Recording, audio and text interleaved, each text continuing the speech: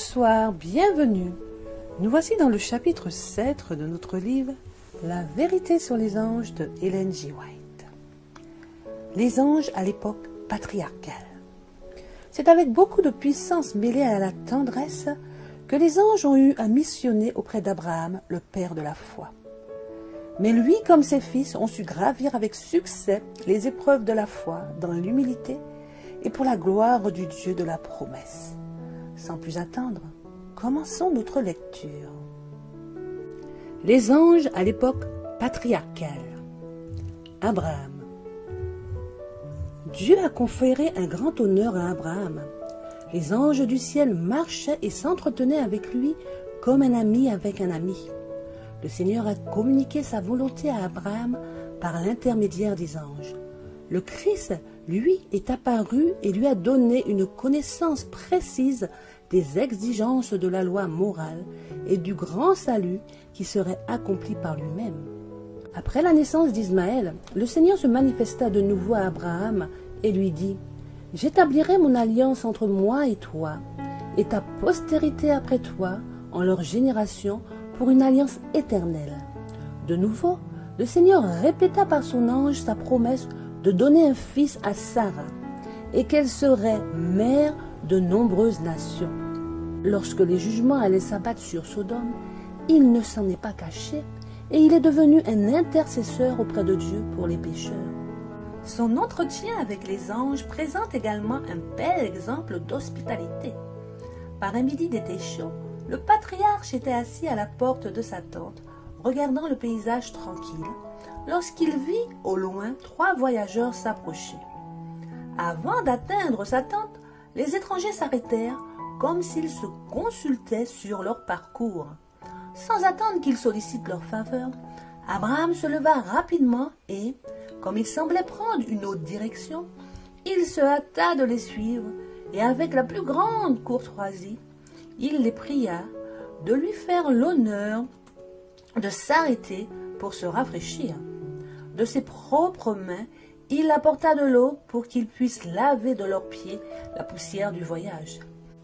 Il choisit lui-même leur nourriture et tandis qu'ils se reposaient à l'ombre rafraîchissante, un divertissement fut préparé et il se tint respectueusement à leur côté pendant qu'ils prenaient part à son hospitalité. Abraham n'a vu dans ces hôtes que 3 voyageurs fatigués, ne pensant pas que parmi eux se trouvait celui qu'il pourrait adorer sans péché. Mais le véritable caractère des messagers célestes était maintenant révélé. Bien qu'il soit en route en tant que ministre de la colère, il parle d'abord de bénédiction à Abraham, l'homme de foi. Abraham avait honoré Dieu et le Seigneur l'avait honoré en le prenant dans ses conseils et en lui révélant ses desseins. Dieu connaissait bien la mesure de la culpabilité de Sodome, mais il s'est exprimé à la manière des hommes afin que la justice de ses actes soit comprise. Avant de porter le jugement sur les transgresseurs, il ira lui-même instituer un examen de leur conduite. S'ils n'ont pas dépassé les limites de la miséricorde divine, il leur accordera encore un espace de repentir. La destruction de Sodome et Gomorrhe. 2 des messagers célestes s'en allèrent, laissant Abraham seul avec celui qu'il savait maintenant être le Fils de Dieu. Avec une profonde révérence et humilité, il plaide sa cause. « J'ai pris sur moi de parler au Seigneur, moi qui ne suis que poussière et cendre. » Il s'est approché du messager céleste et a insisté avec ferveur sur sa requête. Bien que Lot soit devenu un habitant de Sodome, il n'a pas participé à l'iniquité de ses habitants. Abraham pensait que dans cette populeuse, il devait y avoir d'autres adorateurs du vrai Dieu. C'est pourquoi il plaida.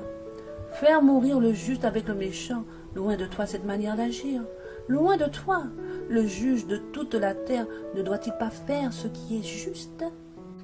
Abraham ne demandait pas une seule fois, mais plusieurs fois, et s'enhardissant à mesure que ses requêtes étaient exaucées, il continua jusqu'à ce qu'il obtienne l'assurance que si l'on trouvait ne serait-ce que 10 justes dans la ville, celle-ci serait épargnée.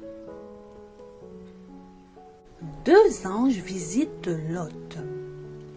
Au crépuscule, 2 étrangers s'approchèrent de la porte de la ville. Il s'agissait apparemment des voyageurs qui venaient passer la nuit ici. Personne ne pouvait discerner dans ces humbles voyageurs les puissants héros du jugement divin. Et la multitude homosexuelle et insouciante était loin de se douter que, dans la façon dont elle traiterait ces messagers célestes cette nuit même, elles atteindraient le point culminant de la culpabilité qui condamnait sa fière cité.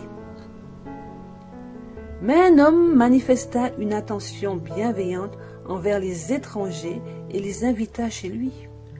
Lot ne connaissait pas leur véritable caractère, mais la politesse et l'hospitalité étaient habituelles chez lui. Les anges révélèrent à Lot l'objet de leur mission. « Nous allons détruire ce lieu car leur cri s'est amplifié devant la face du Seigneur, et le Seigneur nous a envoyés pour le détruire. » Les étrangers que Lot s'était efforcé de protéger promettaient maintenant de le protéger et de sauver aussi tous les membres de sa famille qui fuiraient avec lui la méchante ville. Lot sortit pour avertir ses enfants. Il répéta les paroles de ses anges. « Levez-vous, sortez de ce lieu, car le Seigneur va détruire cette ville. » Mais il leur parut comme quelqu'un qui plaisante. Lot retourna tristement dans sa maison et raconta l'histoire de son échec. Les étrangers lui ordonnèrent alors de se lever, de prendre sa femme et ses 2 filles qui étaient encore dans sa maison et de quitter la ville.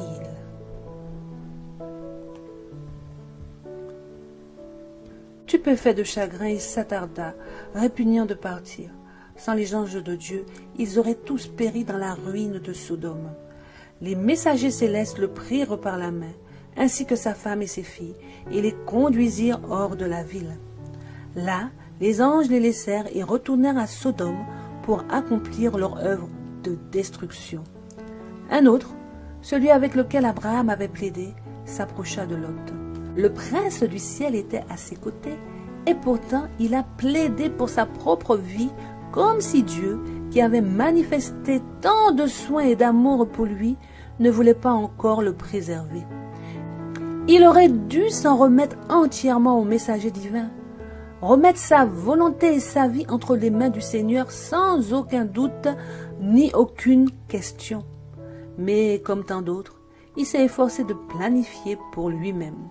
Une fois de plus, l'ordre solennel fut donné de se hâter, car la tempête de feu ne tarderait pas à éclater.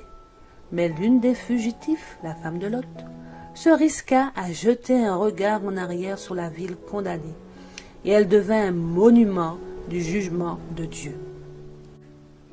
Abraham mis à l'épreuve. Alors qu'Abraham était presque centenaire, la promesse d'un fils lui fut réitérée, avec l'assurance que le futur héritier serait l'enfant de Sarah. La naissance d'Isaac, qui apportait, après une longue attente, l'accomplissement de leur plus cher espoir, remplit de joie les tentes d'Abraham et de Sarah. Sarah, voyant dans le tempérament turbulent d'Ismaël une source perpétuelle de discorde, en appelle à Abraham pour que Agar et Ismaël soient renvoyés du campement. Le patriarche est plongé dans une grande détresse. Comment pouvait-il bannir Ismaël, son fils, encore très aimé? Dans sa perplexité, il implore la direction divine. Le Seigneur, par l'intermédiaire d'un saint ange, lui ordonna d'exaucer le désir de Sarah. Et l'ange lui donna la promesse consolante que bien que séparé de la maison de son père, Ismaël ne serait pas abandonné par Dieu, sa vie serait préservée et il deviendrait le père d'une grande nation. Abraham obéit à la parole de l'ange, mais ce ne fut pas sans de vives souffrances. Dieu avait appelé Abraham à être le père des fidèles, et sa vie devait être un exemple de foi pour les générations suivantes. mais sa foi n'avait pas été parfaite. Pour qu'il atteigne le plus haut niveau, Dieu l'a soumis à une autre épreuve, la plus difficile que l'homme ait jamais été appelé à subir. Dans une vision nocturne, il reçut l'ordre de se rendre au pays de Morija et d'y offrir son fils en holocauste sur une montagne qui lui serait montrée. L'ordre était exprimé en des mots qui ont dû tordre d'angoisse le cœur de ce père. « Prends maintenant ton fils unique Isaac que tu aimes, et offre-le en holocauste. » Isaac était la lumière de son foyer, le réconfort de sa vieillesse et surtout l'héritier de la bénédiction promise. Satan était à portée de main de lui suggérer qu'il devait être trompé, car la loi divine ordonne « tu ne tueras pas ». Et Dieu n'exigerait pas ce qu'il avait autrefois interdit. Sortant de sa tente, Abraham leva les yeux vers la calme clarté des cieux sans nuages, et se souvint la promesse faite près de 50 ans auparavant, quand sa postérité serait innombrable comme les étoiles. Si cette promesse devait s'accomplir par Isaac, comment pouvait-il être mis à mort? Abraham fut tenté de croire qu'il était peut-être sous le coup d'une illusion. Il se souvint des anges envoyés pour lui révéler le dessein de Dieu de détruire Sodome et qui lui portaient la promesse de ce même fils Isaac. Et il se rendit à l'endroit où il avait plusieurs fois rencontré ses messagers célestes, dans l'espoir de les retrouver et de recevoir de nouvelles instructions. Mais aucun ne vint à son secours. Toute la journée, il a eu l'espoir de rencontrer un ange qui viendrait le bénir et le réconforter, ou peut-être révoquer l'ordre de Dieu, mais aucun messager de la miséricorde n'est apparu. Le deuxième jour long s'achève, une autre nuit sans sommeil est passée dans l'illumination de la prière, et le voyage du troisième jour commence. Au lieu convenu, ils construisirent l'autel et y déposèrent le bois. Puis, d'une voix tremblante, Abraham dévoile à son fils le message divin. C'est avec terreur et stupeur qu'Isaac apprend son destin, mais il n'offre aucune résistance.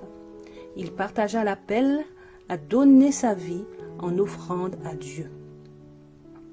Et maintenant, les derniers mots d'amour sont prononcés, les dernières larmes sont versées, la dernière étreinte est donnée. Le père lève le couteau pour tuer son fils, quand soudain son bras est arrêté. Un ange de Dieu appelle le patriarche depuis le ciel. « Abraham, Abraham !» Il répondit rapidement « Me voici !» Et de nouveau la voix se fait entendre. « N'avance pas la main sur le garçon et ne lui fais rien, car je sais maintenant que tu crains Dieu, puisque tu ne m'as pas refusé ton fils, ton unique. » Dieu a donné son fils à une mort d'agonie et de honte. Les anges qui ont été témoins de l'humiliation et de l'angoisse de l'âme du Fils de Dieu n'ont pas été autorisés à s'interposer, comme dans le cas d'Isaac. Aucune voix ne s'est élevée pour crier « C'est assez !»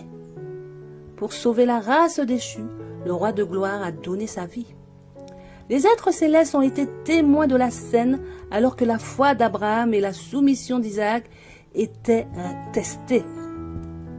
Le ciel tout entier contemple avec étonnement et admiration l'obéissance inébranlable d'Abraham.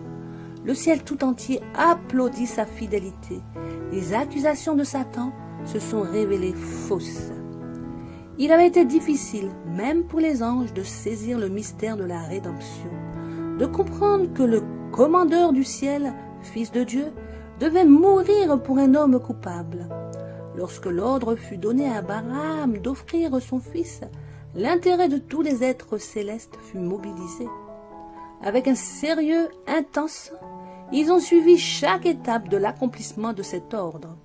À la question d'Isaac, où est l'agneau pour l'Holocauste, Abraham avait répondu, Dieu se pourvoira lui-même un agneau pour l'Holocauste.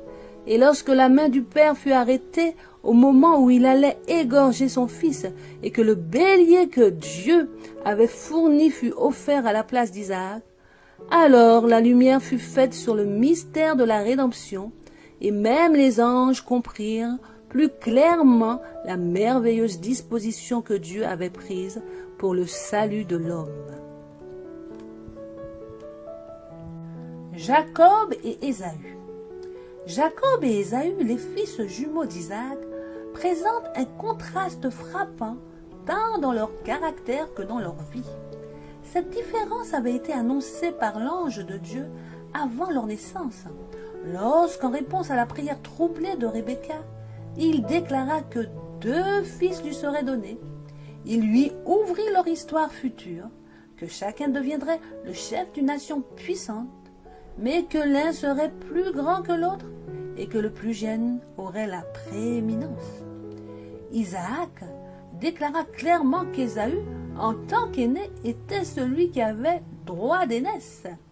Mais Ésaü n'avait aucun amour pour la dévotion, aucune inclination pour une vie religieuse. Rebecca se souvint des paroles de l'ange et elle était convaincue que l'héritage de la promesse divine était destiné à Jacob. Elle répéta à Isaac les paroles de l'ange, mais l'affection du père était centrée sur son fils aîné et il resta inébranlable dans sa résolution. Jacob avait appris de sa mère l'indication divine que le droit d'aînesse lui reviendrait, et il était rempli d'un désir indicible pour les privilèges qu'il lui conférait. Ce n'était pas la possession des richesses de son père qu'il convoitait. Le droit d'aînesse spirituel était l'objet de son désir. Lorsque Ésaü, rentrant un jour fatigué de la chasse, demanda le repas que Jacob était en train de préparer, ce dernier offrit de satisfaire la faim de son frère au prix du droit d'aînesse. « Voici que je suis sur le point de mourir, » s'écria le chasseur téméraire et complaisant. « Et que me rapportera ce droit d'aînesse ?» Et pour un plat de potage rouge, il se sépara de son droit d'aînesse. Jacob et Rebecca ont réussi à atteindre leur but, mais ils n'ont gagné que des ennuis et de la peine par leur tromperie. Dieu avait déclaré que Jacob devait recevoir le droit d'aînesse, et sa parole se serait accomplie en son temps, s'ils avaient attendu dans la foi qu'il agisse en leur faveur. Menacé de mort par la colère d'Ésaü, Jacob sortit de la maison de son père en fugitif. Le soir du 2e jour, il se trouva loin des tentes de son père, et il se sentait exclu. Et il savait que tout ce malheur était dû à sa mauvaise conduite. Les ténèbres du désespoir envahissaient son âme, et il osait à peine prier. Mais il se sentait si seul qu'il ressentait le besoin de la protection de Dieu comme jamais auparavant. En pleurant et en s'humiliant profondément, il confessa son péché et demanda la preuve qu'il n'était pas complètement abandonné. Dieu n'a pas abandonné Jacob. Le Seigneur lui a révélé avec compassion ce dont Jacob avait besoin, un sauveur. Lassé de son voyage, le vagabond se coucha par terre avec une pierre pour oreiller. Pendant qu'il dormait, il vit une échelle brillante et lumineuse dont la base reposait sur la terre tandis que le sommet atteignait le ciel. Sur cette échelle, des anges montaient et descendaient. Au-dessus se trouvait le Seigneur de la gloire. Et du haut des cieux, on entendit sa voix.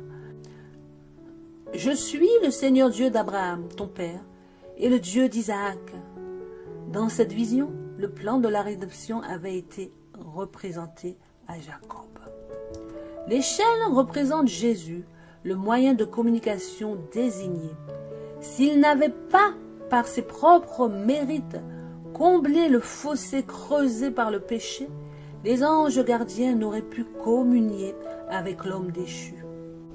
Avec une foi nouvelle et constante dans les promesses divines et assuré de la présence et de la protection des anges célestes, Jacob poursuivit son voyage vers le pays des fils de l'Orient. Bien que Jacob ait quitté Padam Aram, en obéissant à la direction divine, ce n'est pas sans de nombreux doutes qu'il retraça la route qu'il avait empruntée comme fugitif 20 ans auparavant. Le péché qu'il avait commis en trompant son père était toujours devant lui. Alors qu'il s'approchait de la fin de son voyage, la pensée d'Ésaü lui inspirait de nombreux pressentiments. De nouveau, le Seigneur accorda à Jacob un signe de sollicitude divine. Comme Jacob poursuivait sa route, les anges de Dieu vinrent à sa rencontre. Et quand il les vit, il dit, « C'est l'armée de Dieu !» Il vit en rêve les anges de Dieu qui campaient autour de lui, directement devant Jacob, comme s'il ouvrait la voie.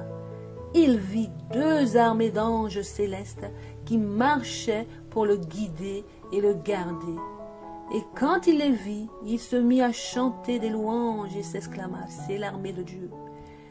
Et il donna à ce lieu le nom de Mahanaïm, qui signifie 2 armées ou 2 camps.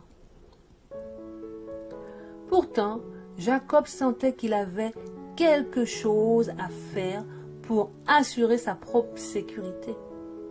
Il envoya donc des messagers avec une salutation conciliante à son frère. Mais les serviteurs sont revenus avec la nouvelle qu'Ésaü approchait avec 400 hommes et aucune réponse n'a été envoyée au message amical. Jacob eut une grande peur et fut bouleversé. Il divisa sa famille et ses serviteurs en 2 groupes, de sorte que si l'un d'eux était attrapé, l'autre aurait l'occasion de s'échapper. Il avait maintenant atteint le fleuve de Jabbok. Et comme la nuit tombait, Jacob envoya sa famille traverser le gué du fleuve, tandis que lui seul restait en arrière. Il avait décidé de passer la nuit en prière et désirait être seul avec Dieu. Soudain, une main puissante se posa sur lui. Il pensait qu'un ennemi en voulait à sa vie, et il s'efforça de s'arracher à l'emprise de son assaillant. Dans l'obscurité, les deux luttaient pour la maîtrise. Pas un mot n'était prononcé, mais Jacob déployait toutes ses forces et ne relâchait pas ses efforts un seul instant. Pendant qu'il luttait ainsi pour sa vie, le sentiment de sa culpabilité pesait sur son âme. Ses péchés se dressaient devant lui pour le couper de Dieu. Mais dans cette terrible extrémité, il se souvenait des promesses de Dieu et son cœur tout entier implorait sa miséricorde. La lutte se poursuivit jusqu'à l'aube, lorsque l'étranger posa son doigt sur la cuisse de Jacob, qui fut estropié sur le cou. Le patriarche discerna alors le caractère de son antagoniste. Il savait qu'il avait été en conflit avec un messager céleste, et c'est pourquoi son effort presque surhumain n'avait pas remporté la victoire. Celui qui lutta avec Jacob est appelé un homme. Osée l'appelle l'ange, tandis que Jacob dit « J'ai vu Dieu face à face ». Il est également dit qu'il avait une puissance de Dieu. C'est la majesté du ciel, l'ange de l'alliance, qui est venu sous la forme et l'apparence d'un homme vers Jacob. C'est le Christ, l'ange de l'alliance, qui s'est révélé à Jacob. Le patriarche était maintenant handicapé et souffrait de la plus vive douleur. Mais il ne voulait pas desserrer sa prise. Il doit avoir l'assurance que son péché est pardonné. L'ange a essayé de se libérer.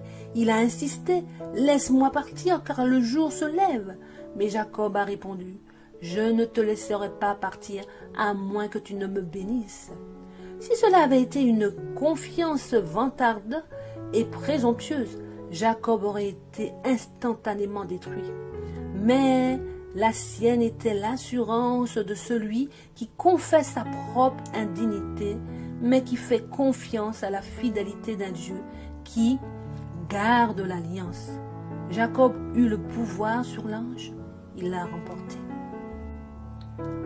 Pendant que Jacob luttait avec l'ange, un autre messager céleste était envoyé à Ésaü.